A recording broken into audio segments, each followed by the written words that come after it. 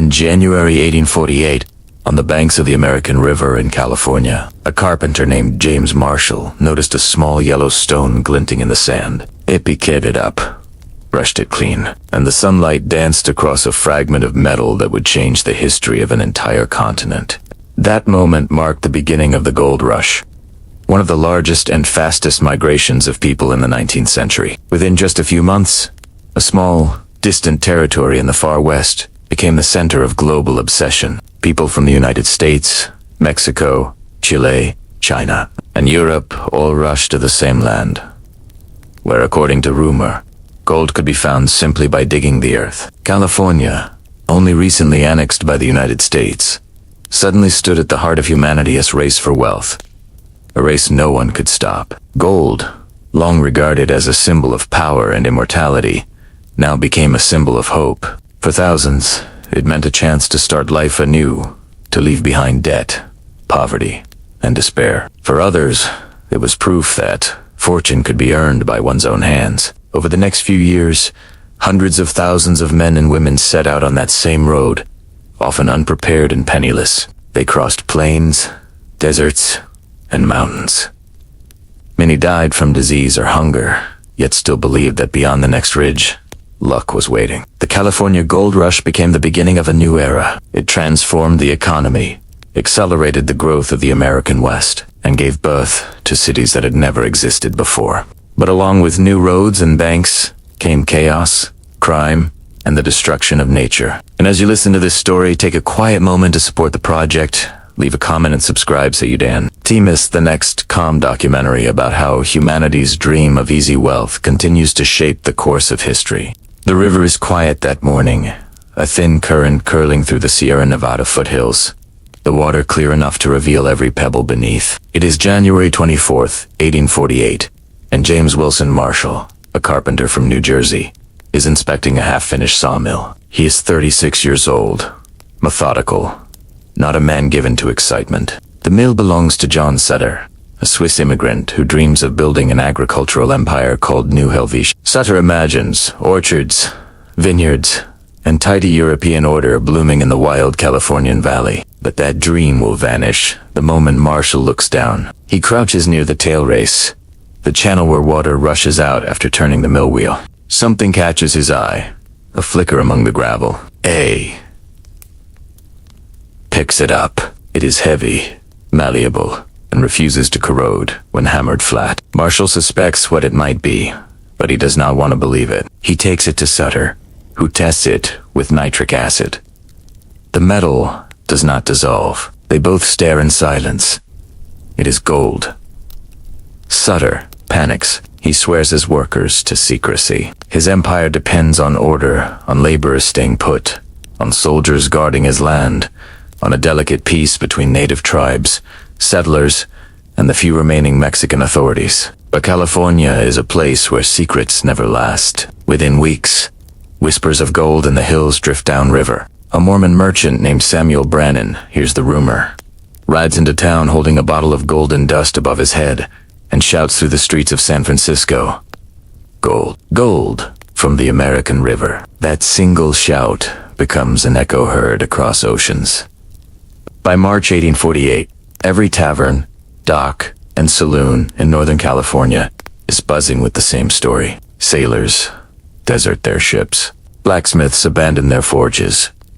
Farmers leave their plows standing in the soil. San Francisco nearly empties. Overnight's population dropping from 800 to 200 in a matter of weeks. By the end of summer, the same city is crowded again, but this time with tents, mud, and chaos. News travels east with astonishing speed. By August, the New York Herald prints its first story about gold in California. Skeptics laugh. They've heard this before. Tallies of El Dorado, Sabala, and phantom riches that end in disappointment. But in December 1848, President James K. Polk confirms the discovery in his message to Congress. His exact words, "The accounts of the abundance of gold are of such extraordinary character as would scarcely command belief." Were they not corroborated by authentic reports serve as official permission to dream? That night, across the United States, men began to pack their belongings. In 1849, they will become known as the 49ers, a name that will outlive them all. They come from every background imaginable. Farmers from Ohio, merchants from New York, sailors from Boston, former soldiers, debtors, and adventurers who have never held a pickaxe before. Some bring wives and children. Most do not. They sell their houses, pawn their tools, and head west with a map, a prayer, and a promise. A journey from New York to San Francisco takes 6 months by sea. Ships must round Cape Horn, where waves rise higher than masts and gales tear sails like paper. The overland route is shorter but far more dangerous. Thousands of kilometers of plains, deserts, and mountains, with no guarantee of water or food. The trails that lead west, the California Trail, the Oregon Trail, the Mormon Trail, are littered with the remains of wagons, oxen, and hope. But nothing stops them. They cross the plains singing, "Oh, California." That's the land for me. The air fills with dust, the smell of campfires, and the constant creak of wagon wheels. Entire towns vanish as their populations head west. Newspapers estimate that in a single year, more than 80,000 people set out for California. Most of them never find gold, yet the movement itself changes everything. Settlements spring up along the routes, trading posts, inns, and forts that will later grow into cities. Merchants make fortunes selling supplies to the hopeful. Pickaxes, boots, shovels, and whiskey. The phrase, "selling shovels in a gold rush," will later become a proverb. The lesson that true profit lies not in chasing wealth, but in selling the tools of pursuit. By the time the first major shipments of gold reach San Francisco's harbor in 1849, the city is unrecognizable. Once a quiet port with a handful of wooden buildings, it now roars with energy. Gambling dens, boarding houses, and brothels stacked along muddy streets. Ships abandoned by their crews rot in the bay, their hulls turned into warehouses and taverns. Everything is temporary, everything for sale. Historians still debate whether the gold rush was inevitable, whether any discovery, anywhere, would have sparked the same frenzy. But the truth may be simpler. The world was already waiting. The Industrial Revolution had made people impatient. The frontier promised reinvention, and gold, for one brief moment, seemed to promise both. What began as a sparkle in the river has now become a storm across continents. California's hills are alive with shouts, hammers, and dreams. Somewhere along those muddy banks, a miner kneels by the water, convinced that this handful of earth will change his life. In a way, he is right, though not in the way he expects. By the middle of the 19th century, the world is restless. The Industrial Revolution has turned cities into machines, belching smoke and opportunity in equal measure. Steam engines, telegraphs, and railroads shrink distance and multiply ambition. Yet even as technology accelerates, millions feel left behind. The idea of patient progress, of building wealth through generations, is wearing thin. People crave speed, certainty, and a little miracle to call their own. In America, that hunger finds its perfect stage. The country has just survived the Mexican-American War of 1846 to 1848. It has gained vast new territories, including California, but little understanding of what those lands contain. The East is crowded, industrial, and unequal. The West is open, mysterious, and supposedly waiting for anyone brave enough to take it. Manifest destiny, the belief that Americans are fated to expand across the continent, gives the journey a moral glow. Greed, ambition, and faith blend into one unstoppable movement. At the same time, global trade is transforming. Ships now connect New York to London, Canton, Valparaiso, and Sydney in predictable circuits. Newspapers cross oceans with them, carrying rumors faster than armies can march. When news of California gold first reaches ports in Chile and Peru, men drop their nets and grab picks. From Hong Kong and Guangzhou, laborers known as the Celestials prepare to cross the Pacific. The world is connected by sea lanes and stories,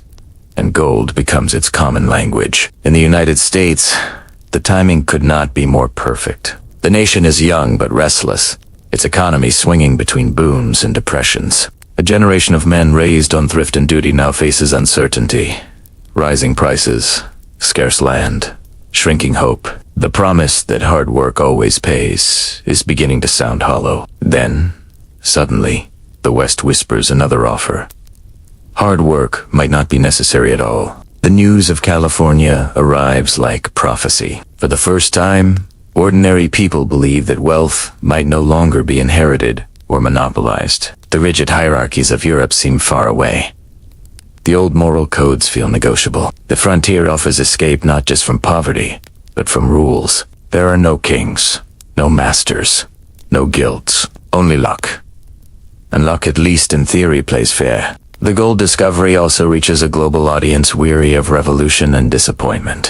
In 1848, the same year Marshall finds gold, Europe erupts in a wave of failed uprisings. In Paris, Vienna, Berlin, and Budapest, citizens rise against monarchies demanding liberty and reform. By the year's end, most revolts are crushed. Exiles scatter across continents, their dreams broken but their courage intact. Many of them hear of California, a place that needs no permission, no politics, only a shovel. Historians often call the Gold Rush the first truly global event of modern capitalism. It fuses faith, technology, and communication into a single phenomenon. Steamships carry not just people, but newspapers filled with headlines about sudden riches. Letters written by miners travel back across the ocean, each one feeding the illusion that gold is everywhere, waiting. One man writes to his brother in Boston, "The rivers run with it.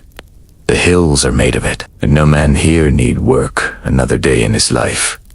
It is a lie, but a powerful one. The social makeup of those who respond is revealing. They are not the destitute, but the discontented. Many are middle-class artisans, clerks, and tradesmen who feel trapped by routine. They have enough education to dream, but not enough opportunity to realize it. The Gold Rush promises a shortcut, the ultimate loophole in life's rules. Even those who never intend to go feel the tremor. The idea itself, that fortune can be found, not built, seeps into popular culture, sermons, and politics. The world, in short, is ready to believe. Belief, however, does not mean readiness. Most travelers heading to California have little sense of the land or the labor ahead. They imagine gold lying in plain sight, like apples waiting to be picked. Some bring velvet bags to collect their treasure. Others carry maps drawn by men who have never seen a mountain. They do not know about the droughts, the diseases, or the distances, but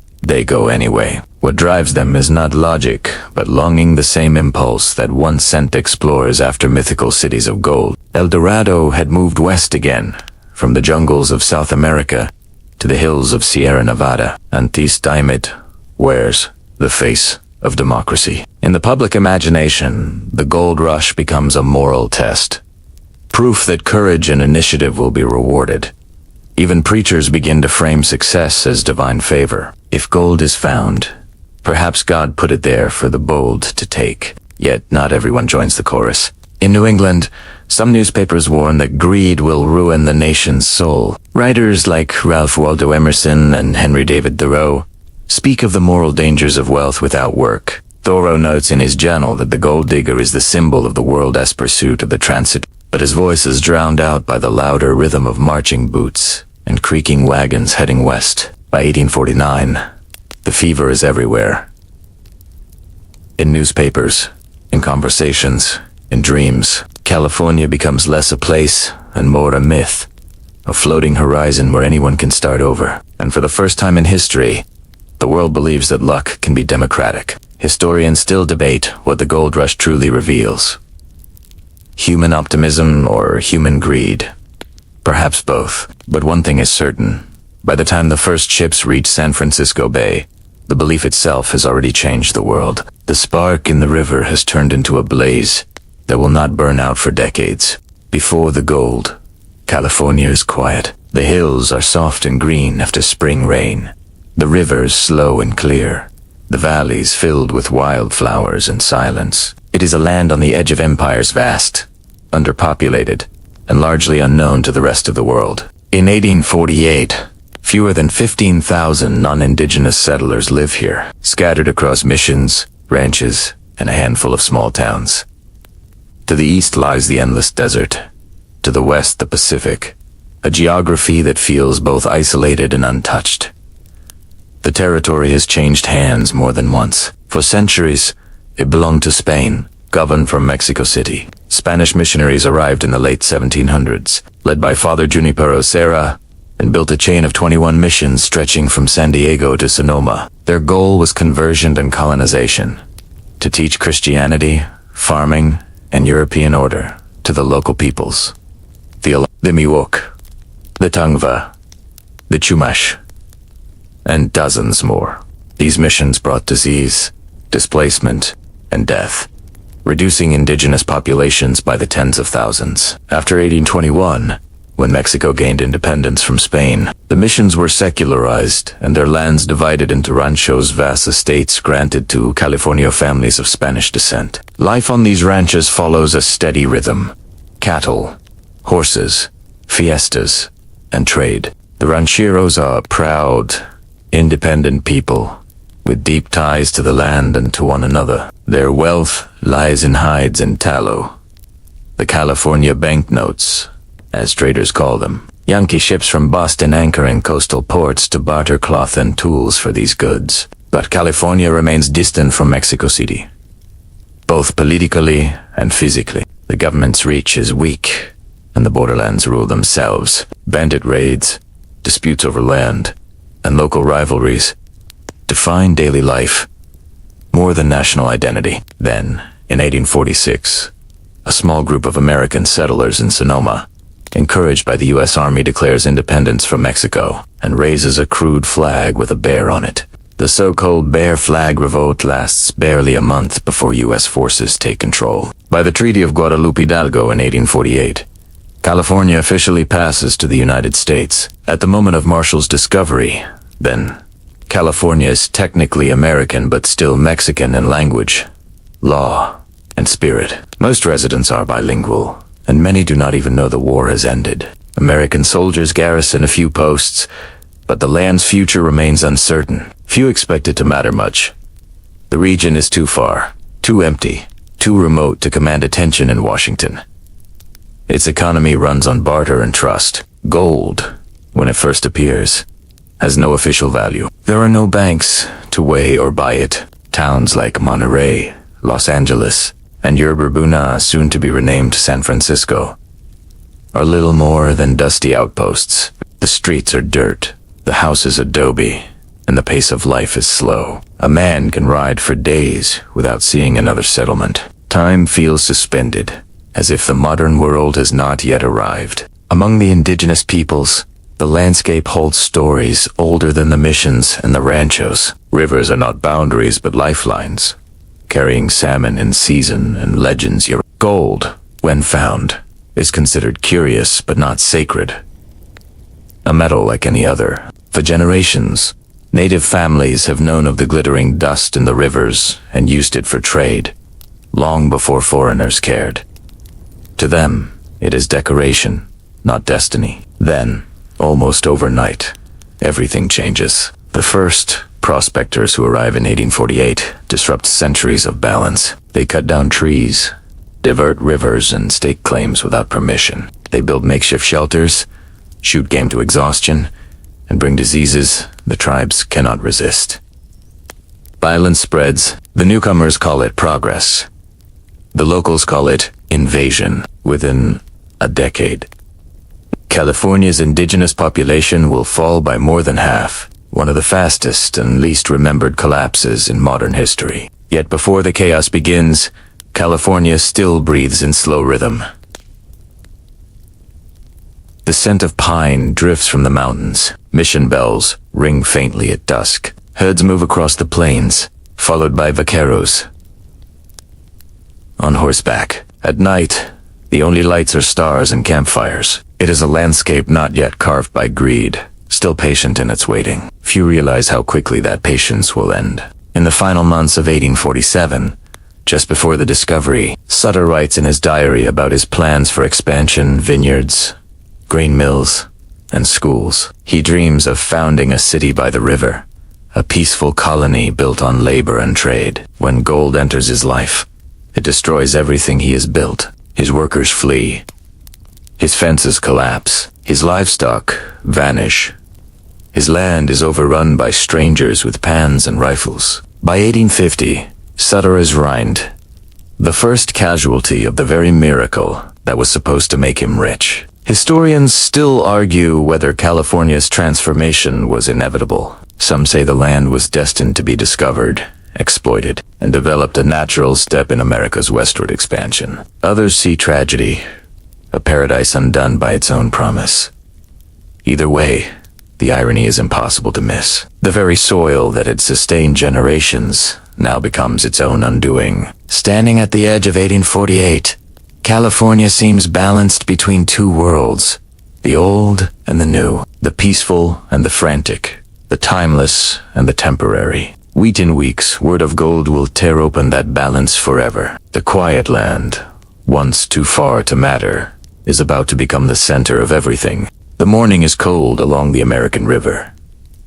Mist hangs over the pines, and the sound of rushing water drowns out every human thought. James Wilson Marshall walks the edge of the millress, the channel meant to carry water from Sutter's sawmill, inspecting the timberwork for leaks. He has been at this task for weeks, measuring, hammering, testing. The project is tedious but essential. Then, as he steps into the shallows, something bright catches his eye. It is small, no larger than a fingernail, but it shines with a dull, heavy light.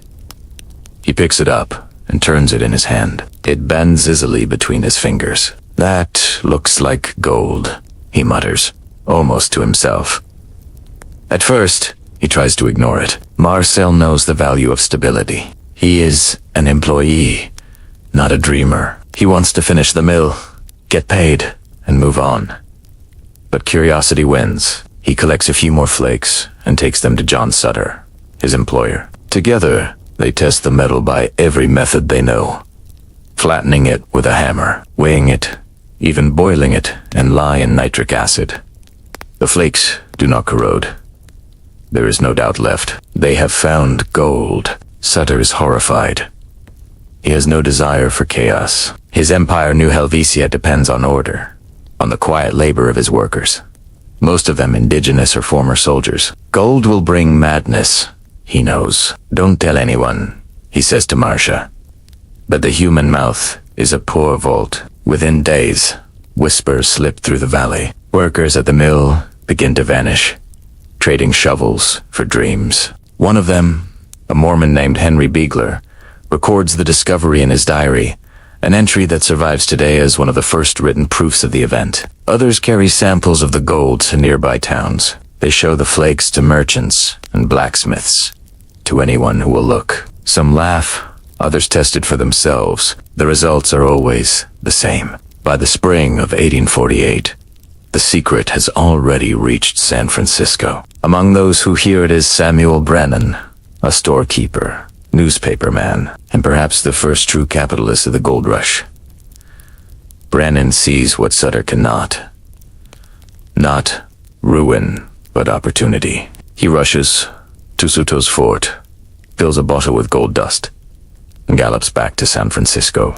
On May 12th, he bursts into the streets shouting, "Gold, gold from the American River," waving the bottle above his head. By nightfall, half the city is gone. Ships lie empty in the harbor, their crews vanished. Clerks abandon their offices, carpenters their tools, soldiers their posts. San Francisco's newspaper, The Californian, halts publication because its entire staff has run to the diggings. Brennan, meanwhile, becomes the first millionaire of the gold rush, not by mining, but by selling. He owns the only store between the city and the mines. When he advertises picks, pans, and shovels, men line up 4 blocks. The price of a shovel rises from 50 cents to $15. Within weeks, Brennan makes hundreds of thousands and keeps his hands perfectly clean of dirt.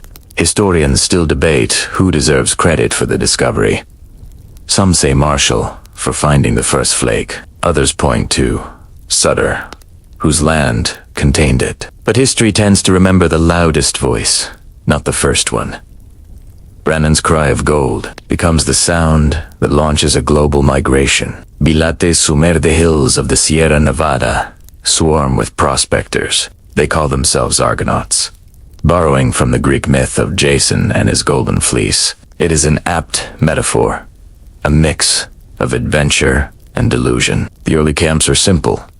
Tents of canvas, fires of pine wood, a pan, a knife, and luck. Men sleep on the ground, their boots hanging above to keep out scorpions. Days begin before sunrise and end, long after dark, backs bent over cold water, hands raw from gravel.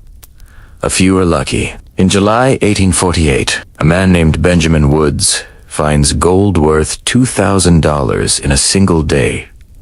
A fortune then, enough to buy land and livestock. His story, repeated in every tavern and port, ignites new waves of migrants. For every man like Woods, however, there are hundreds who find nothing but mud and disappointment. The government is slow to react.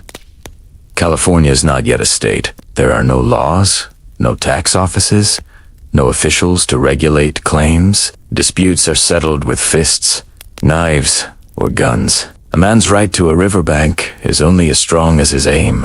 Meanwhile, Sutter's fears come true. His fields are trampled, his cattle stolen, his workers gone. Squatters flood his property, cutting timber for sluices and shelters. Lawsuits pile up, but there is no authority to enforce them. Sutter's Fort, once the center of civilization in the valley, turns into a ghost of what it was. By 1850, his estate is bankrupt. He spends the rest of his life writing petitions to Congress, asking for compensation that never comes.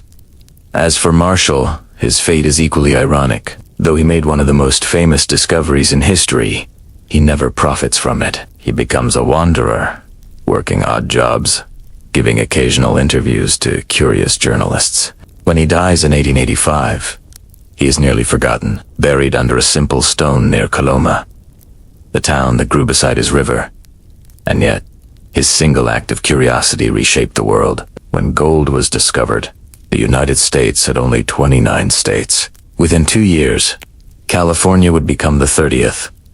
A transformation so rapid that Congress struggled to keep pace. The population exploded, trade routes multiplied, and money flowed westward. The idea of instant wealth, once a fantasy, became a foundation of national identity. But the gold that glittered in Marshall's hand was only the beginning. The true fever was still to come, carried not by rivers, but by rumor.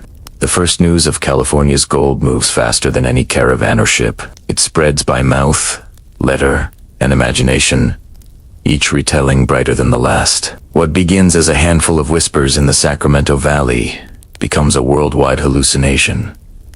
By the time truth catches up, it is already too late. The fever has begun. In early 1848, the discovery is still treated as local gossip. Small reports appear in coastal newspapers, printed beside stories about weather and shipping schedules. Few readers believe them. Gold found in California, writes one editor in Monterey. But such reports have circulated before. Most assume it will fade, as so many rumors of El Dorado had before. But this one refuses to die. By August 1848, the New York Herald runs a story based on letters from sailors recently returned from San Francisco. They claim that men are scooping gold from riverbeds as one might pluck fruit from a branch. The description is absurd, yet irresistible. In taverns and trading houses across the East Coast, people begin to wonder, what if it's true? Then, in December 1848, comes the moment that turns speculation into certainty. During his annual address to Congress, President James K. Polk confirms the reports, the accounts of the abundance of gold, he declares, are of such extraordinary character as would scarcely command belief were they not corroborated by authentic reports.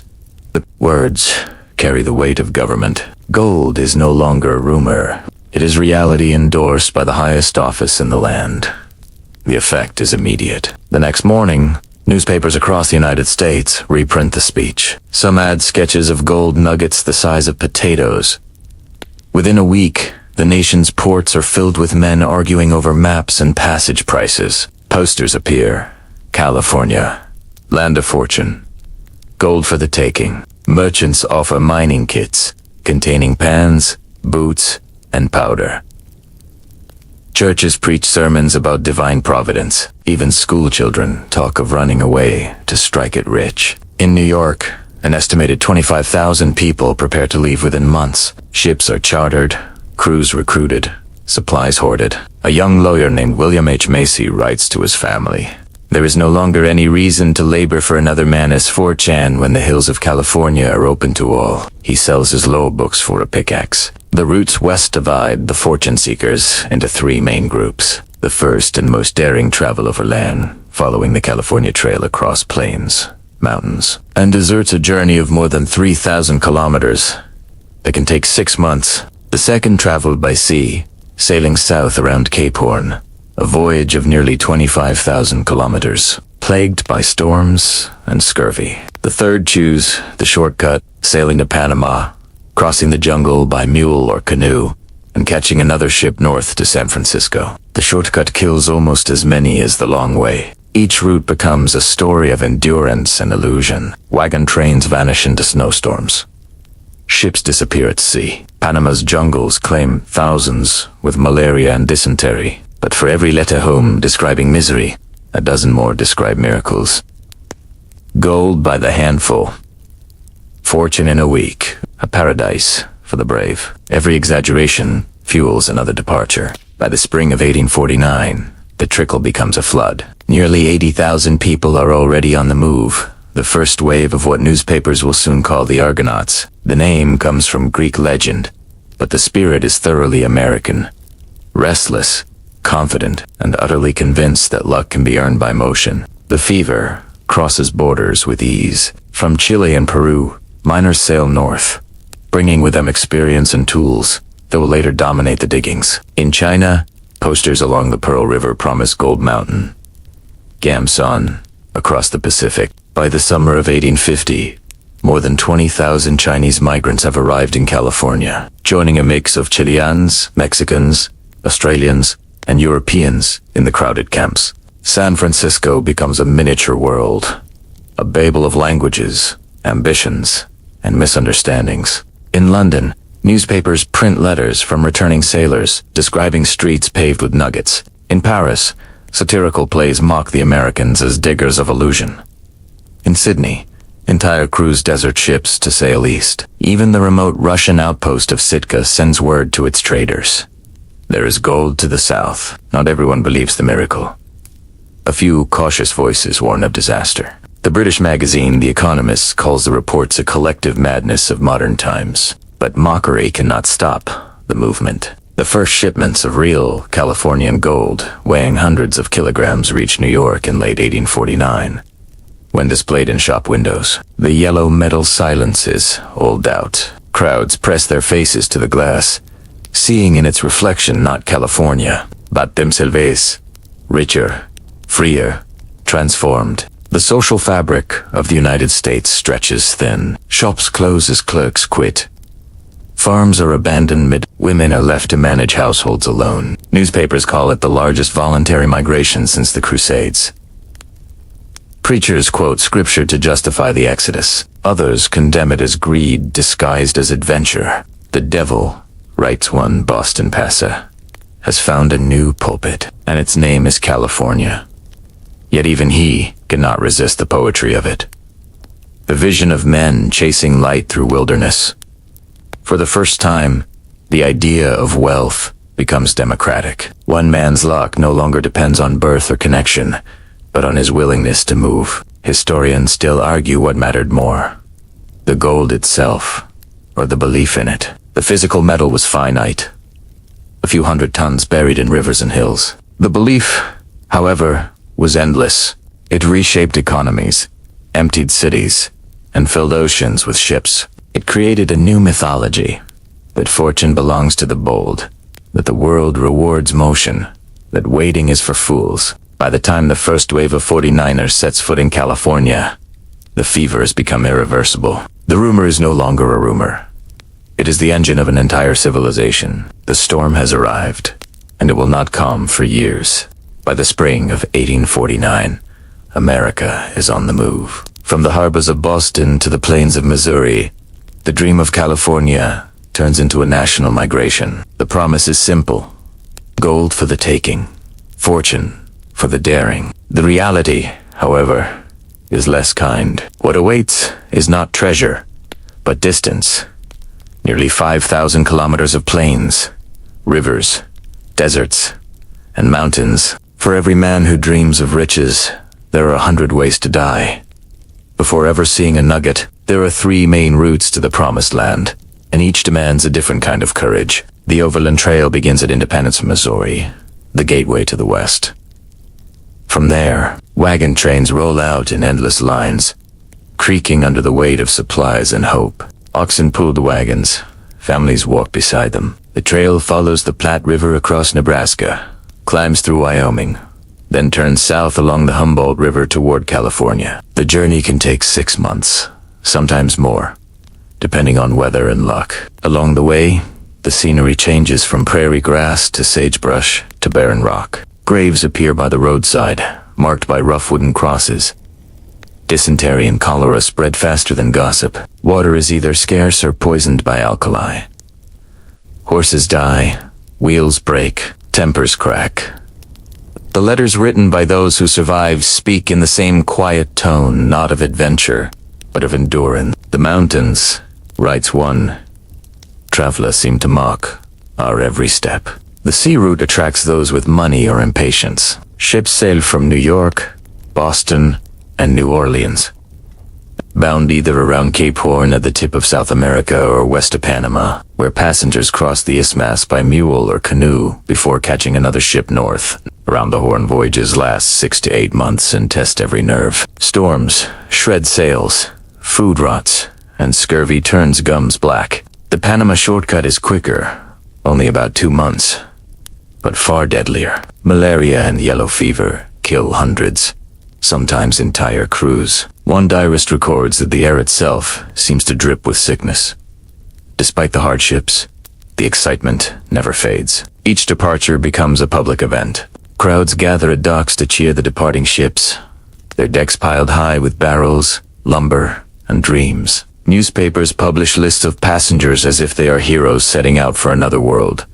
In a sense, they are. By summer, the western plains are alive with motion. At dawn, wagon trains stretch to the horizon. Oxen snort, and steam rises from the grass.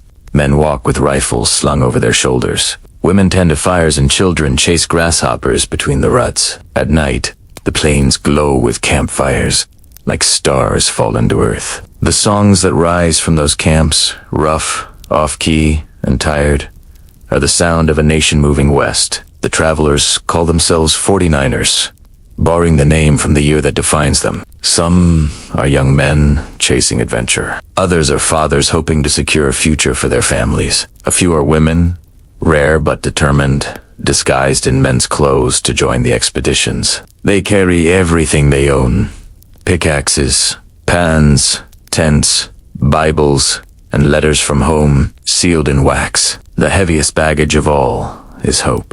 On the trail, cooperation is essential. Groups form into companies with elected leaders and written rules. They share food, guard the wagons, and bury the dead together. When disputes arise, and they often do, the accused are tried by jury and punished on the spot. In this lawless space, democracy is improvised daily. The trail becomes a rehearsal for the society that will later take shape in California. Rough, practical, and deeply suspicious of authority. By autumn, the first wagons begin to descend from the Sierra Nevada into the Sacramento Valley. Their passengers are gaunt, sunburned, and half-mad with exhaustion. Yet when they see the lush valley below, all suffering seems to vanish. They have reached the land of gold. One traveler, unable to believe his fortune, writes home, "I have arrived alive, though my boots and my mind are equally worn through." Meanwhile, the same transformation occurs at sea. The ports of San Francisco and Monterey fill with ships arriving from every ocean. The harbor becomes a forest of masts. Hundreds of vessels abandoned by their crews, who rush inland before even collecting their wages. The ships rot in the water, later repurposed as saloons, warehouses, and floating prisons. The sudden flood of humanity overwhelms California's fragile infrastructure. There are not enough houses, not enough food, not enough law. Prices skyrocket. A single egg costs $1, a shovel, 15. Beer is cheaper than fresh water, and still the ships keep coming. Sails on the horizon, like white wings of obsession. The journey west, once a test of endurance, turns into an emblem of destiny. Politicians call it progress. Preachers call it providence. In reality, it is both, and neither. It is the movement of people drawn by the oldest magnet of all, the promise that the earth hides treasure for those bold enough to dig. Historians still debate what drove these travelers more, faith or fantasy. Perhaps both. What is certain is that the gold rush transforms not only the map of America, but its psychology. From this moment on, success will be measured not by patience, but by risk. The nation learns to idolize the man who gambles everything and wins, or at least dares to try. By the end of 1849, thousands have reached California. Tens of thousands more are still on the road or at sea. They arrive weary but triumphant, convinced they stand at the edge of fortune. Few yet realize that the hardest part of the journey is not behind them. It is waiting in the rivers, the mud, and the endless hunger for more. The world has arrived in California, and the real struggle is about to begin. By 1850, the surface gold, the easy treasure lying in riverbeds and sandbars, has nearly vanished. What remains lies deeper, locked in the veins of mountains. The men who came chasing luck must now learn labor. The gold rush shifts from romance to industry. The sound of trickling water is replaced by the crash of tools, the creak of pulleys, and the roar of rivers forced to change their course. The earliest miners work with panning, the simplest method. They fill a shallow pan with sand and gravel from the river, then swirl it in water. Gold, being heavier, settles at the bottom, where it shines like sunlight trapped in mud. It is slow, back-breaking work, hours of kneeling in cold water for a few glittering flakes. But it costs nothing, and in 1848, EAT was an ogue. 2 years later, it is almost useless. New tools appear, designed to move more earth, faster. The cradle, also called a rocker, allows one man to wash a larger amount of gravel using a rocking motion. The long tom, a wooden trough lined with riffles, processes still more material. Each invention increases efficiency and competition. Men work in groups now, forming partnerships and companies. Camps grow larger, rivers grow dirtier. The land begins to bleed. Then comes the true revolution. Hydraulic mining, invented in 1853 near Nevada City. It uses high-pressure jets of water to blast away entire hillsides, washing tons of gravel into sluices to separate the gold. The method is spectacular and destructive. Forests vanish, rivers filled with silt, valleys drown under debris. What began as a man with a pan becomes a man-made storm powerful enough to reshape landscapes. For the miners, progress means survival. The surface gold is gone, but hope remains buried deeper. Companies with money replace individuals. Steam engines arrive, along with pumps, pipes, and iron machinery. Men once dreaming of instant wealth now sell their labor for wages, working 12-hour days underground. The rush, once democratic, begins to stratify. The frontier of opportunity becomes a hierarchy. Life in the deeper mines is brutal. The air is damp and foul. The light dim. Collapses and explosions are common. Dust fills lungs and eyes. Yet even as accidents multiply, so they'll profits, for the few who can afford the equipment. The miners, mostly immigrants, work for pay that barely buys food. In some camps, Chinese and Latin American workers are banned altogether. The dream of equality that once drew the world here hardens into prejudice and exploitation. Still, ingenuity thrives. Prospectors invent chemical tests to identify gold, while blacksmiths adapt tools from other trades.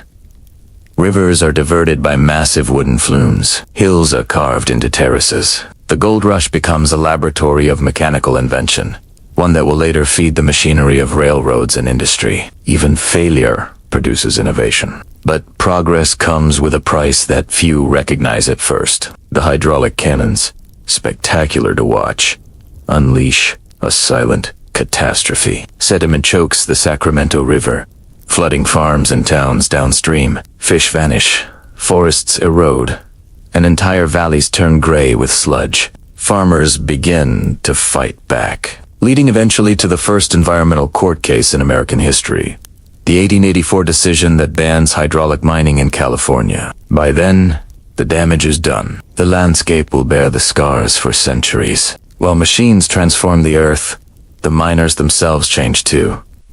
T.O.P. Meesom of 1849 gives way to obsession. Diaries from the time describe exhaustion bordering on madness. "We are digging into the bones of the mountains," one man writes. "The gold is hiding deeper each day. Sleep grows rare. Tempus shorter. The camps echo with arguments, drunken songs, and sometimes gunfire. The psychological toll is immense. Many miners suffer what they call the fever, an endless restlessness, the inability to stop digging even after finding enough to live comfortably. "It is a sickness," writes another, "for once you see the gold, nothing else will satisfy."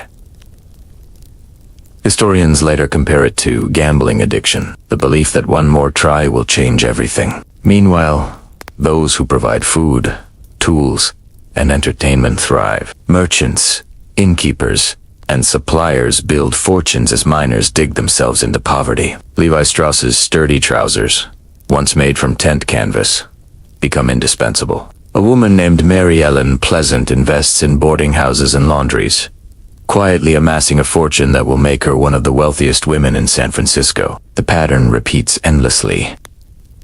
The diggers labor, the sellers prosper. By 1853, the gold output of California reaches its peak, nearly $81 million in that year alone, more than any other region in the world.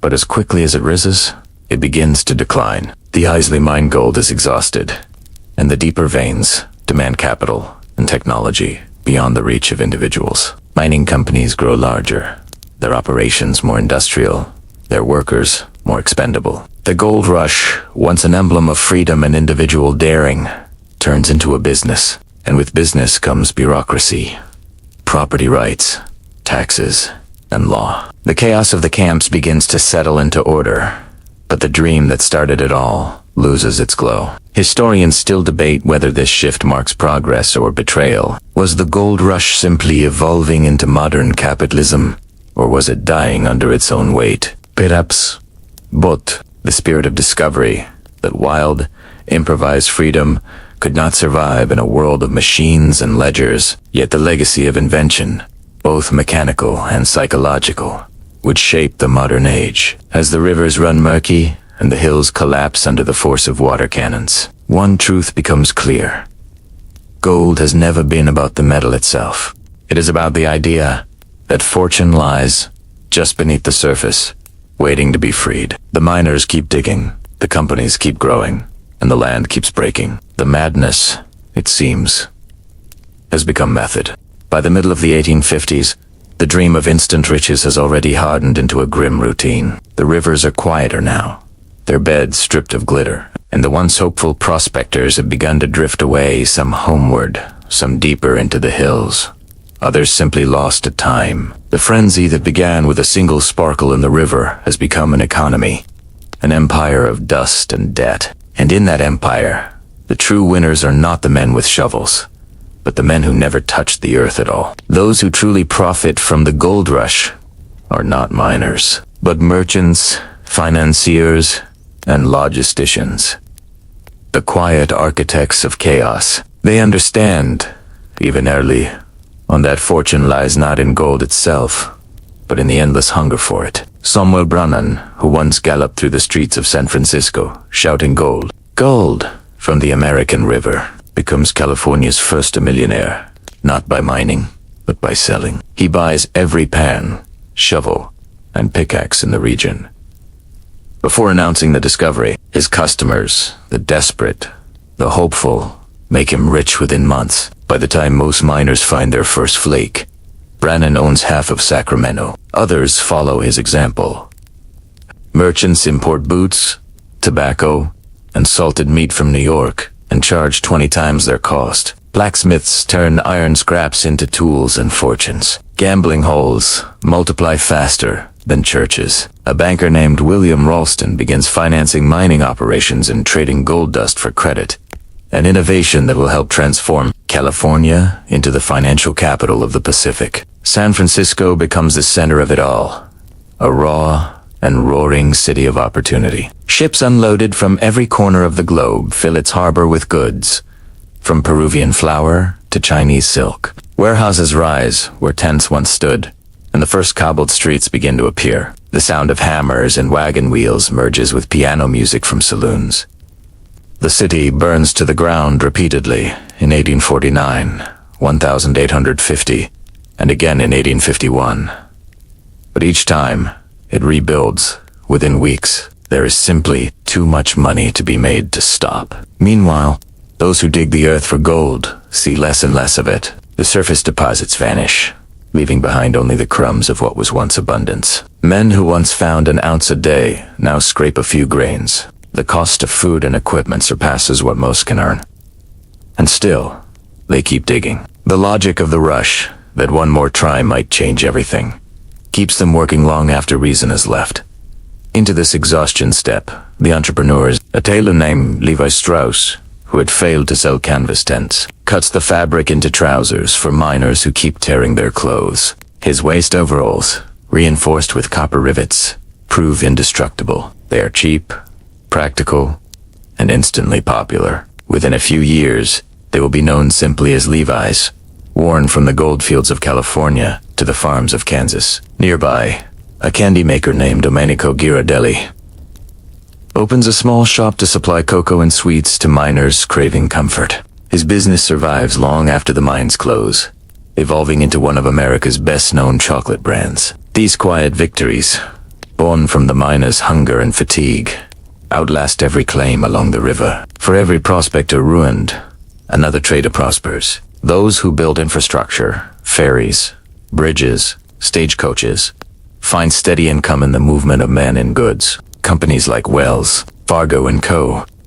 begin as express mail services carrying gold dust and letters between camps, but quickly grow into full financial institutions. The same men who once financed pickaxes will later finance railroads, banks, and cities. The gold rush, in this sense, is less about discovery than about transformation, turning chaos into commerce. As the economy expands, new forms of speculation appear. Mining shares are traded like lottery tickets, often in companies that own no mines at all. Newspapers print tall tales of fortunes made overnight, selling dreams alongside stock certificates. By the mid-1850s, San Francisco has its own gold board, a primitive stock exchange where men shout prices over barrels of whiskey. The rush has become financial gold replaced by paper, rumor replaced by confidence. The winners of the gold rush are not just individuals, but systems. The telegraph, introduced in California in 1853, links the West to the East, carrying prices and promises in seconds instead of weeks. The shipping companies that once carried miners now transport goods, mail, and people at industrial scale. The U.S. government, flushed with new wealth from taxes and trade, uses the influx to fund expansion, mapping the West and pushing railroads toward the Pacific. And then there is the unseen class, the workers who make the machinery of profit run. The Chinese miners, barred from rich claims, open laundries, restaurants, and supply stores. The Mexicans and Chileans, pushed from rivers by discrimination, become mule drivers and cooks. African Americans, both free and formerly enslaved, carve out rare opportunities in hospitality and service, though often under constant threat. Their labor, invisible to history's loudest voices, keeps the camps alive. Amid this frenzy, a handful of idealists still dream of utopia. Cooperative mining colonies rise and fall, founded on the belief that shared effort might tame greed. None survive more than a few seasons. The logic of gold devours every ideal in its path. By 1855, when the rush begins to wane, a strange balance emerges. The men who chased fortune return home empty-handed, but the merchants, bankers, and manufacturers remain. California, once an isolated frontier, now pulses. With global trade, the roads built for miners carry farmers, settlers, and families. The banks built two-way gold now finance cities. The chaos of the rush has solidified into structure. Historians often say that the gold rush created the modern American West, not through wealth, but through infrastructure. It turned migration into industry, risk into policy, and greed into growth. The irony, of course, is that the true beneficiaries were never the dreamers who chased gold, but the pragmatists who sold it back to them. One shovel, one loan, 1 ounce at a time. The miners' stories fade, but the legacies of their suppliers endure. The dream of instant wealth has not vanished. It has simply changed hands. From the mud of California's rivers, capitalism learns a new trick how to sell the dream itself. And so, while the diggers pack up and drift away, Terreal Ruse, the one for markets, money, and control, is only beginning. Among the legends of the gold rush, one figure rarely appears. The woman the official histories tell of rough men with pickaxes, roaring saloons, and riverbeds turned to mud. But between those tents and shacks, a quieter world existed. One that held the miners' chaos together. Women, immigrants, and marginalized groups formed the unacknowledged backbone of California's transformation. Their stories seldom glittered like gold, yet they endured longer than most fortunes ever did. When the first rush begins in 1848, California is a man's world. In some camps, there are 50 men for every woman. Most who come west are unmarried, drawn by promises of freedom and fortune. Yet women soon follow some chasing husbands, others opportunity. They arrive as cooks, seamstresses, nurses, teachers, or entrepreneurs. For them, California is not just a land of gold, but of possibility. A woman who in Boston might have been a servant could here open her own boarding house, her own store, her own life. One of the first to see this opportunity is Lucina Stanley Wilson, who travels west with her husband and 2 small children. When they arrive in Nevada City, she opens a small inn, cooking meals for miners too exhausted to feed themselves. She charges $1 a plate and soon earns more than most diggers find in a week. I never dug for gold, she later writes, but I panned out plenty just the same. Her story becomes common women who feed, house, and clothe the miners, build the foundation of California's first communities. Others find profit not in service, but in strategy. Mary Ellen Pleasant, a black woman who arrives in San Francisco in the 1850s, invests her earnings from laundries and boarding houses into real estate and stocks. She becomes one of the richest women in the city, using her wealth to fund abolitionist causes and legal challenges against racial discrimination. Later generations will call her the mother of civil rights in California. Yet for every woman who thrives, hundreds endure hardship. The law offers them no protection, and the camps little mercy. Some are brought against their will, enslaved, trafficked, or trapped in brothels that spring up alongside the saloons. Chinese and Mexican women face double prejudice. As foreigners and as women, they work in laundries, kitchens, and fields, often under brutal conditions. Their names rarely appear in records, erased by both language and bias. The Chinese immigrants, mostly men at first, arrive in large numbers, beginning in 1850. They call California Gamson Gold Mountain. Many have borrowed money for the voyage, hoping to send riches home.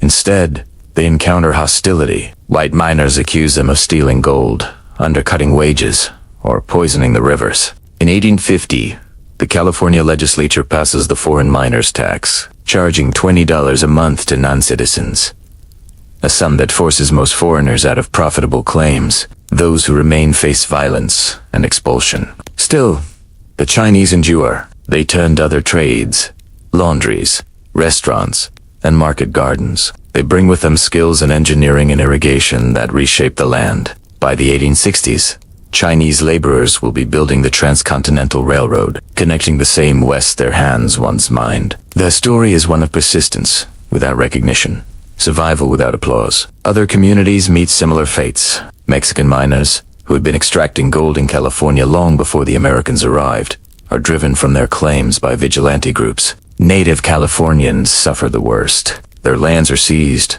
their villages destroyed, their populations decimated by violence and disease. Even in San Francisco, where diversity is loud and visible, discrimination shapes daily life. The city's Committee of Vigilance, formed in 1851, claims to enforce order but often serves to punish foreigners and the poor. Lynchings become public spectacle. The same society that celebrates freedom for minors denies it to those who built the infrastructure they depend on. Yet amid injustice, remarkable alliances form. In Sacramento, Chinese and Chilean laborers share camps and tools. In San Francisco, black and white abolitionists cooperate to help fugitive slaves. In remote settlements, Native and Mexican women run trading posts that serve every traveler equally. California, even in its cruelty, becomes a laboratory of coexistence. Fragile, imperfect, but undeniable. There are stories, too, of women who defy every convention. Lotus Long, a Chinese-American entertainer, performs songs in 6 languages at mining camps, earning enough to buy her own theater. Clara Brown, a formerly enslaved woman, travels west as a laundress and later becomes a respected business owner in Colorado. These women, though often left out of official records, leave behind letters and diaries filled with humor, resilience, and an unshakable sense of self. Historians still debate whether the gold rush liberated women or confined them in new ways. It certainly shattered some barriers. Women could own businesses, make contracts, and earn fortunes in ways unimaginable in the East. Yet it also exposed them to dangers unchecked by law or conscience. Freedom and risk, as always, arrived together. The outsiders of the gold rush, women, immigrants, and indigenous people, rarely found gold, but they built something more lasting. They turned chaos into community. They cooked, mended, healed, and taught. They brought stability to a frontier that might otherwise have devoured itself. Without them, California would have remained a camp of ghosts. The men who chased wealth left behind empty pans and broken dreams. They forgotten those who cooked the meals, washed the clothes, and buried the dead left behind cities. By 1851, the goldfields of California no longer resemble the hopeful frontier that began only 3 years earlier. What was once a land of promise has become a cauldron of exhaustion, vice, and illusion. The surface gold is mostly gone. The easy fortunes have dried up, and the hills echo not with joy, but with desperation. The miners call it the fever. It is not a disease of the body, but of the soul. The slow unraveling of reason under the weight of greed. Every morning begins the same way. Men rise before dawn, their faces hollow, their clothes stiff with dust. They wade into the rivers, hands trembling from fatigue, shaking pans of gravel as if trying to wake the earth itself. They no longer sing, no longer talk. They only stare into the swirling water, hoping for a flash of yellow that might justify all they have lost. The camps are different now. Larger, dirtier, angrier. Gambling halls and saloons line the muddy streets. Whiskey flows easier than water. Gunfire is so common that no one looks up when it cracks across the valley. The line between fortune and ruin grows thinner by the day. A single card game can make or destroy a man. A single argument can end in a grave. Crime becomes a business of its own. Bands of robbers, known as road agents, haunt the mountain passes, preying on weary travelers returning from the mines. Vigilante justice spreads an answer. Miners' courts and committees of vigilance hand down sentences swiftly, often by rope. The law is still a rumor in most parts of California. Morality, a luxury few can afford. Prostitution, gambling, and theft dominate the new economy. A good poker dealer earns more than a miner. A successful madam earns more than both. In San Francisco alone, by 1852, there are hundreds of saloons and brothels for a population of barely 30,000. Fire and disease sweep through the city repeatedly, but it always rebuilds. Greed, after all, is a powerful architect. Predators are trying to reclaim the lost souls of the frontier. Their tents fill briefly with repentant men, but by nightfall, the same men are back at the tables. The fever, one minister writes, is a kind of worship, and gold the idol, His words echo the sentiment of many visitors from the East, who see in California not a land of freedom, but a mirror of moral collapse. Among the miners, superstition grows as fast as cynicism. Some believe that luck can be coaxed by rituals, burying a silver coin under a tent post, or refusing to wash on Sundays. Others turn to spiritualism, attending seances in the hopes that the dead might whisper where to dig. Newspapers mock them, but the belief persists. The line between faith and madness has long since blurred. For every successful strike, 100 frauds emerge. Swindlers sell maps to secret gold fields or bottles of worthless dust mixed with brass shavings. Fake mining companies form overnight, selling shares to desperate investors back east. Many of these schemes collapse within months, but by then, their creators have vanished, usually eastward, pockets full of someone else's dream. And yet, amid the moral wreckage, California continues to grow richer. Not in virtue, but in infrastructure. The banks multiply, the telegraph connects, the cities, and the first state government begins to impose taxes and law. It is a paradox historians still marvel at. A society built on greed, sustained by chaos, yet somehow producing order. The psychological toll, however, remains visible. The letters home from miners shift in tone. Early ones speak of adventure and discovery. Later, ones speak of silence. "I have seen men go mad for less than an ounce," writes one miner. "They dig until their hands bleed. 10 dig. More, they forget their own names before they find the gold." The women who live in the camps, cooks, nurses, or wives, witness the decline firsthand. Some keep diaries describing the transformation. One known only as Mrs. T writes, "There is no laughter left. The men no longer talk of home, only of luck. It is as if the gold takes their voices first, then their souls." San Francisco, meanwhile, becomes the empire's capital of vice. Its wharves gleam with imported goods, brandy, silk, weapons, while its alleys fill with the wreckage of human ambition. Fire consumes the city 6 times in as many years, but each disaster is followed by another boom. It is as if ruin itself were profitable, writes a journalist in 1851. Religious leaders, moralists, and reformers try to impose virtue on the new state. Churches rise beside saloons, schools beside gambling halls. But the fever cannot be preached away. California has become something unprecedented, a place where morality bends before opportunity, where every sin can be excused as enterprise. Historians still debate what the gold rush revealed about the American character. Was it a temporary madness, or the birth of a national myth, that wealth justifies anything, and failure belongs to the timid? The answer may lie somewhere in between. The gold rush did not invent greed. It simply stripped away everything that hid it. By the mid-1950s, the fever begins to cool. The easy gold is gone, the river's exhausted, and the miners begin to leave. Some head home, ashamed. Others stay, too changed to return. They build farms, shops, and families, trying to bury the fever under new beginnings. Yet the hunger they carried to that belief in sudden fortune never truly fades. California's hills grow quiet again, but the echo of those years remains. It hums beneath every new boom, every new market, every new get-rich-quick dream. The fever never dies. It only changes form. The gold rush has ended, but the idea that gave it life, that something precious always lies just beneath the surface, will follow humanity forever. By 1855, the gold that once seemed endless is running out. The rivers that once shimmered with promise now flow thick with mud. The shouting in the camps fades to the scrape of shovels and the coughs of men who refuse to quit. The fever has cooled, but the work continues slower, heavier, methodical. What began as chaos begins, at last, to take shape.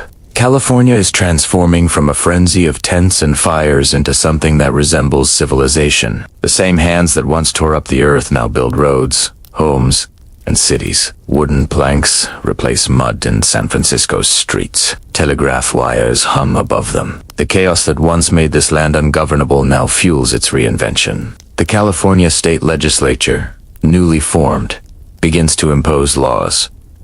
Taxes are levied on miners. Official courts replace the rough justice of lynch mobs. A police force is established in San Francisco, followed by the city's first fire department, born out of necessity after so many blazes. In 1850, California enters the Union as the 31st state. It joins not as a distant colony, but as an economic engine already humming with power.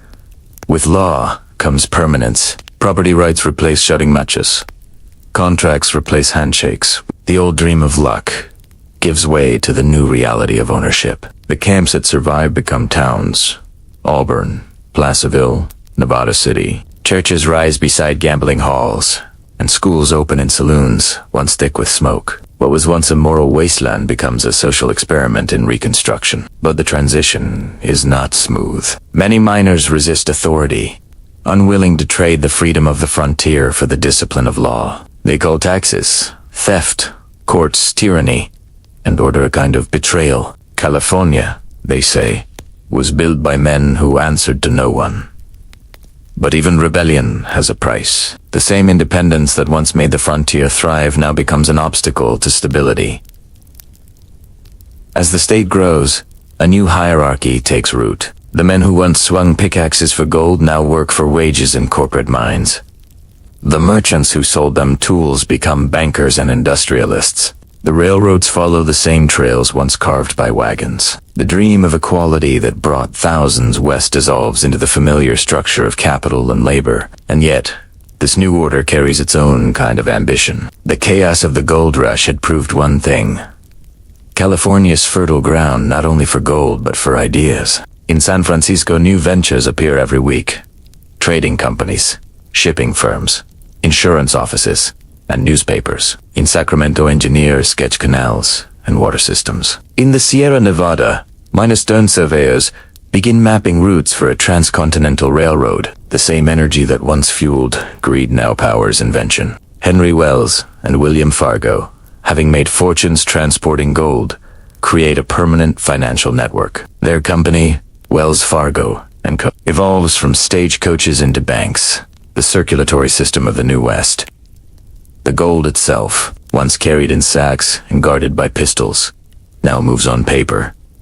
Promissory notes, checks, and credit slips. California learns that money travels faster when it isn't heavy. San Francisco becomes the West's first true metropolis, still volatile, still wild, but undeniably modern. Wooden sidewalks give way to cobblestone. The wharf expands into a forest of cranes. Ships from Asia, South America and Europe, dock daily. Silk, tea, and porcelain from China arrive alongside Chilean wheat and Peruvian sugar. The gold that lured the world here is now traded for everything the world can offer in return. And with trade comes culture.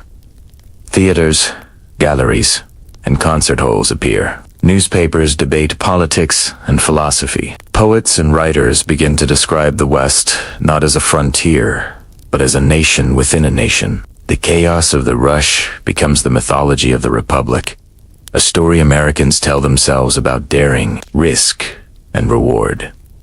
Yet beneath this progress lies an unspoken cost. The land bears deep scars. Entire forests have been cut, rivers diverted, mountains gutted.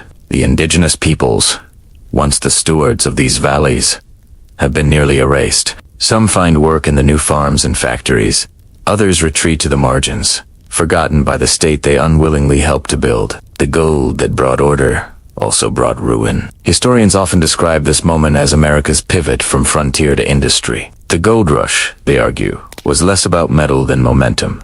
It taught a generation how to organize chaos into capital. The railroads, the telegraph, and later the oil boom all follow the same pattern. Discovery, frenzy, collapse, consolidation, profit. California is the prototype of modern capitalism. Ruthless, inventive, and By the late 1850s, the gold fields are quieter. The pickaxes give way to ledgers, the miners to clerks. San Francisco bankers finance railroads instead of claims. The dream has shifted again, from finding wealth to managing it. But even as the dust settles, the fever's shadow remains. Men still arrive from distant shores, lured by the idea that California is where fortunes are born overnight. Some strike it rich, in shipping, in land, in trade, but most find the same truth that haunted the first miners. The gold is never where you expect it to be.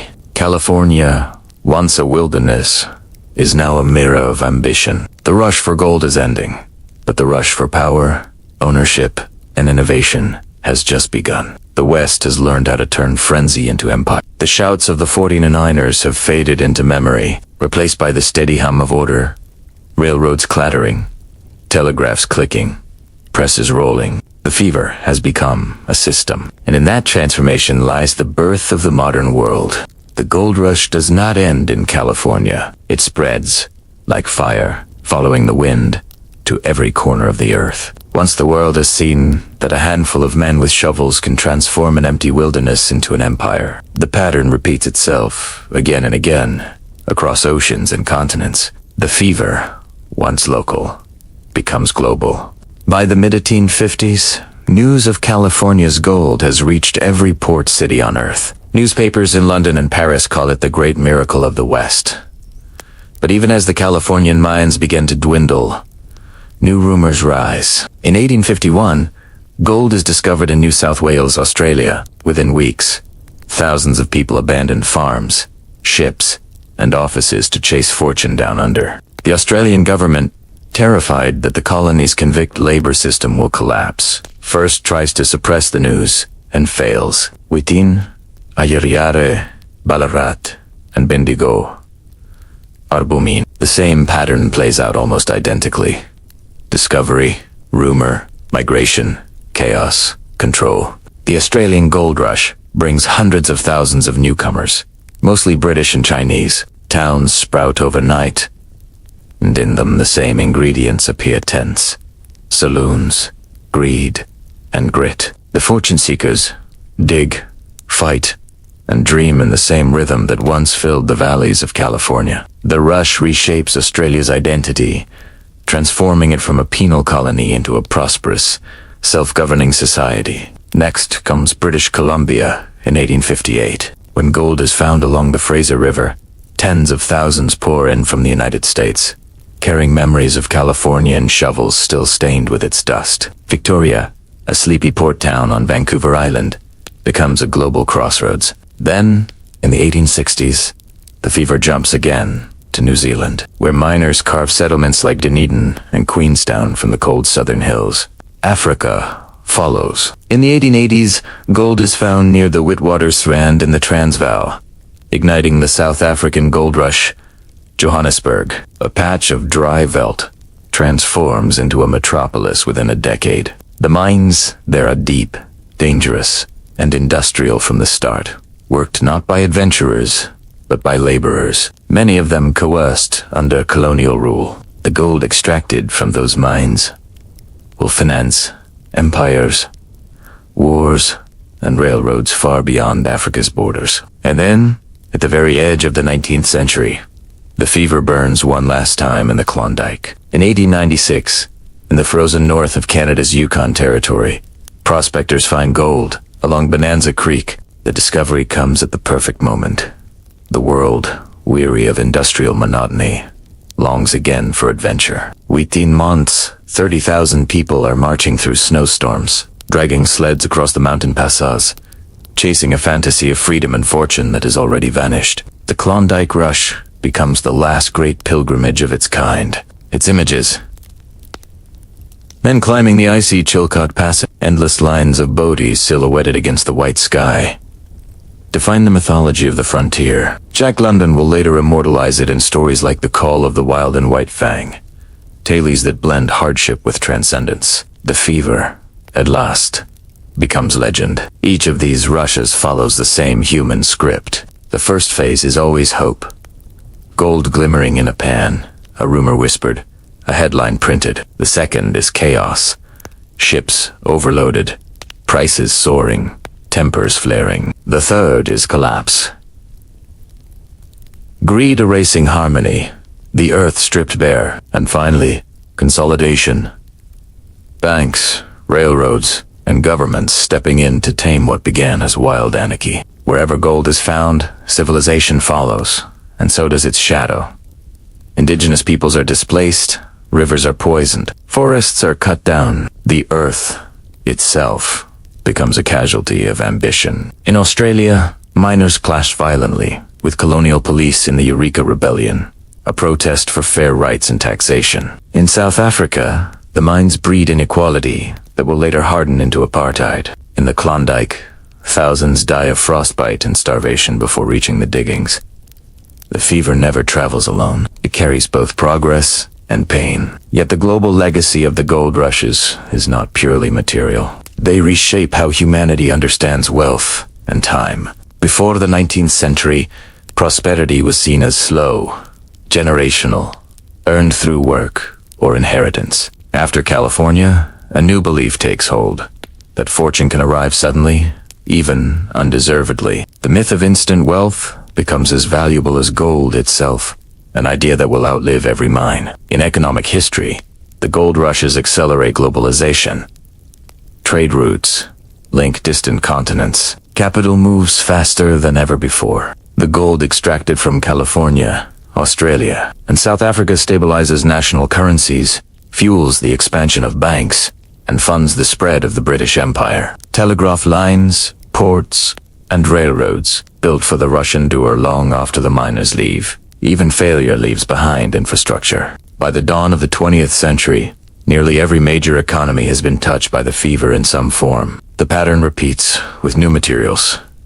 Silver in Nevada, copper in Chile, diamonds in Kimberley, oil in Pennsylvania. Humanity learns to chase not just gold, but anything that glitters. Anything that promises a shortcut through the long grind of life. Historians still argue whether the gold rushes made the world richer or merely rearranged its hunger. Economically, they connected continents. Socially, they exposed every fault line, class, race, and greed. Spiritually, they left behind an unquenchable thirst. The fever that began on the American River in 1848 had no borders. It traveled with ships and stories, with the same reckless hope that perhaps this time the gold will finally be enough. But it never is, because what spreads around the world is not gold, but the dream of it, a dream far more enduring and far more dangerous. When the last major Californian mines fall silent in the 1860s, most assume the story is over. The rivers are drained, the hills scarred, the miners long gone. But history, like gold, has a way of lingering just beneath the surface. The gold rush may have ended, but its spirit, that wild belief in instant fortune, refuses to die. It simply finds new forms, new frontiers, new excuses. The fever mutates. The pickaxe becomes a stock certificate. The shovel becomes a railroad bond. The pan becomes a prospectus, promising limitless returns.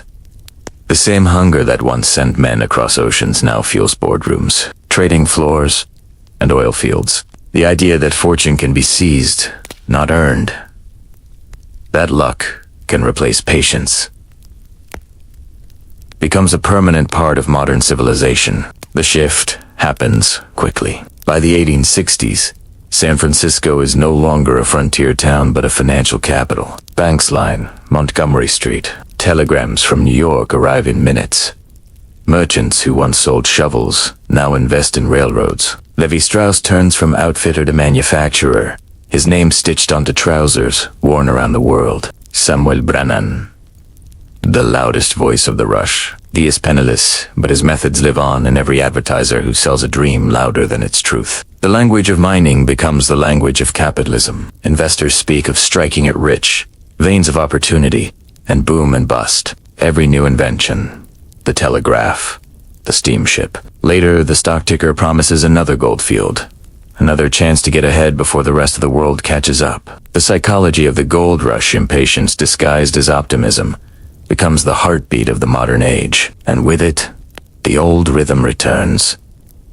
Boom, rumor, rush, collapse, recovery. The cycle that began on the American River repeats endlessly. It happens again in the silver mines of Nevada, in the oil fields of Pennsylvania, in the stock bubbles of London and New York. Each new discovery promises to end struggle forever. Each ends by reminding humanity that greed has no finish line. The gold rush also transforms how people imagine success. Before it, wealth had been tied to lineage, education, and slow accumulation. After it, anyone, or so it seemed, could become rich overnight. That myth shapes the next century. The self-made man, the frontier hero, the entrepreneur, whether or not they ever held a pen, all share the miner's faith that somewhere, buried in the earth or in the market, lies a hidden treasure waiting to be claimed. The fever's influence seeps into culture. Writers romanticize the frontier as a place of freedom and moral testing. Painters fill canvases with heroic miners framed in sunset light. Children grow up reading about brave men who conquered nature and returned home with their pockets full. Few mention the broken towns or poisoned rivers left behind. The gold rush becomes an allegory, not of greed, but of progress. And yet, beneath the celebration, unease remains. Philosophers like Henry George, who grows up in California, began to question the morality of wealth without labor. In his 1879 book, Progress and Poverty, he asks why prosperity always seems to enrich the few while impoverishing the many. His arguments that unearned wealth corrupts society inspire reformers for generations. But his warnings, like those of Thoreau before him, are drowned out by the noise of ambition. The myth of instant fortune moves beyond gold entirely. In the early 20th century, oil becomes the new obsession. Black gold. Then come automobiles, aviation, electronics, and finally, digital technology. Each era promises a revolution that will make everyone rich. And ARCH time, a small handful succeed, while the rest watch the cycle repeat. California itself becomes the symbol of this eternal optimism. The same hills once dug for gold will later host Hollywood studios and Silicon Valley startups. Different tools, same faith. The continuity is uncanny. The miners panned rivers. The filmmakers mine imagination. The coders mine data. The currency changes, but the hunger remains identical. A desire to turn dreams into wealth before someone else does.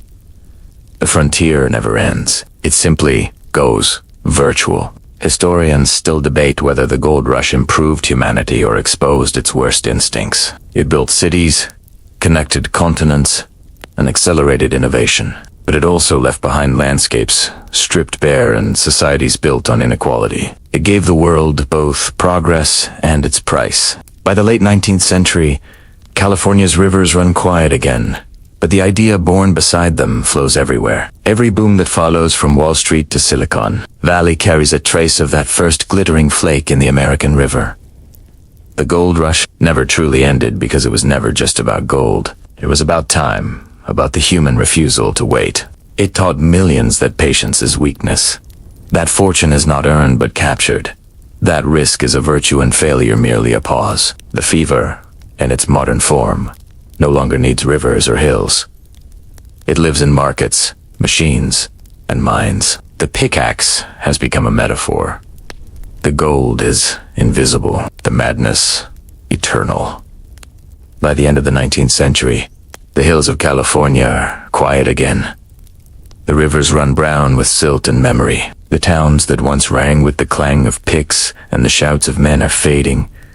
Some swallowed by forest, others left as skeletons of wood and rust. The gold rush, that furious experiment in human desire, has burned itself out, yet its traces are everywhere, woven into the bones of the modern world.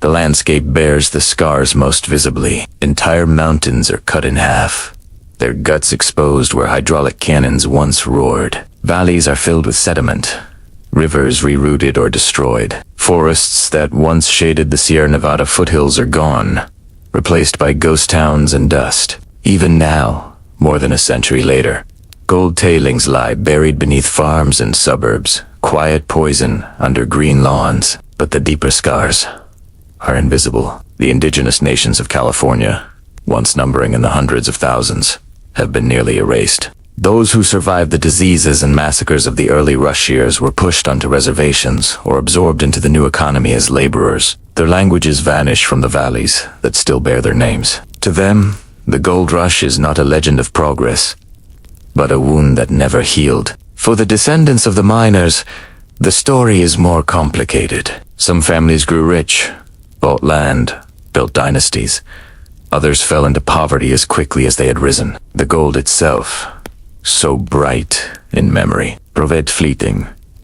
Most of it ended up in the vaults of banks and governments, melted into coins and reserves that would back the world's currencies for decades. California's gold became the foundation of modern finance, invisible yet omnipresent, circulating through the veins of global trade. The fever that once consumed men by the river evolved into something more refined, ambition disguised as opportunity. By the 20th century, California no longer promised metal, but dreams. It sold sunlight, freedom, and reinvention. The same energy that built the mining camps, built Hollywood, the aerospace industry, and Silicon Valley. Every generation rediscovers the same illusion, that paradise and profit share the same soil. In T. Sensei, the gold rush never ended. It simply changed its vocabulary. The pickaxe became the camera, the circuit board, the startup. The belief remained the same, that a single brilliant idea, like a gold flake in the river, could change everything. That somewhere, hidden in the dust of daily life, lies the shortcut to eternity. Yet, for all its waste and violence, the gold rush also created the California we know, a place defined by reinvention, risk, and restless hope. It forged a culture of movement, where failure is temporary and ambition sacred. The dreamers who came here left more than ghost towns. They left a blueprint for a world forever, chasing its next discovery. The paradox endures. The gold rush brought civilization to the frontier roads, cities, laws, but also revealed civilization's oldest weakness, the belief that happiness can be mined. Historians describe it as America's first modern myth, a story so powerful it rewrote how humanity measures success. After California, effort and virtue mattered less than timing and luck. The idea that fortune could be instant became a permanent feature of the human mind. Standing today on the banks of the American River, the site of Marshall's discovery feels almost peaceful. Pine needles drift on the surface. The water glimmers softly. The stones are the same ones he turned in his hand that morning in 1848. But the world that moment created has changed beyond recognition. Here, in this quiet, it is hard to imagine that this was once the center of the world, that from this calm river sprang cities, nations, and ideas that still shape our age. The fever is gone, but the echo remains. A whisper that says, just one more try, one more dream, one more turn of the pan. Historians still wonder whether the gold rush was a triumph or a warning. Perhaps it was both. Proof of what human beings can build when driven by hope, and of what they are willing to destroy in the process. Either way, the story endures, because the rush was never really about gold. It was about belief, about the shimmer on the surface of things that convinces us something better is waiting just beneath. And even now, long after the last nugget has been found, the world still listens for that shimmer. The California Gold Rush began with one man, one river, and one fragment of metal no larger than a fingernail. Yet its reverberation has never stopped. It reshaped not only a land, but the human imagination. The idea that wealth could be seized in an instant, that the universe might bend for a single stroke of luck, became an enduring article of faith in the modern age. The story of the gold rush is not simply about greed. It is about motion, millions of lives uprooted, continents connected, landscapes remade. It is about faith in the improbable, and the cost of that faith. It transformed California from an overlooked province into a symbol of modern destiny. It linked oceans with trade, made bankers of merchants, and dreamers of ordinary men. The price, however, was steep. Forests fell, rivers died, entire cultures vanished beneath the crush of ambition. The indigenous peoples of California lost not only their land, but their voices in the story that followed. The miners who found gold often found ruin just as quickly. And yet, from this wreckage, new systems of law, commerce, and communication emerged. Civilization grew from chaos, but it was civilization learned through damage. The legacy of the gold rush is everywhere we look, in every economic boom and collapse, in every speculative frenzy, in every new frontier, digital financial, or technological, we hear the same echo. This time will be different, but it never truly is. The tools change, the hunger remains. Silicon Valley, Wall Street, crypto, space mining. Each is a descendant of that first glittering discovery on the American river. And yet, there is something deeply human in that hunger. The belief in transformation, in redemption, in the possibility that life can change overnight. It is both our curse and our engine. The gold rush revealed that hope is not rational, but it is unstoppable. If you stand today by the water where James Marshall once bent down, the river looks ordinary. The world it created, however, still flows around you in every ambition, every market, every restless dream. The fever that began in 1848 has simply gone quiet, buried under glass and steel, pulsing in the circuitry of our modern world. The gold rush ended more than a century and a half ago, but its idea, the dream of instant wealth, the belief that the next discovery will finally be the one, remains alive in us all. Because the real gold was never in the ground, it was in the mind.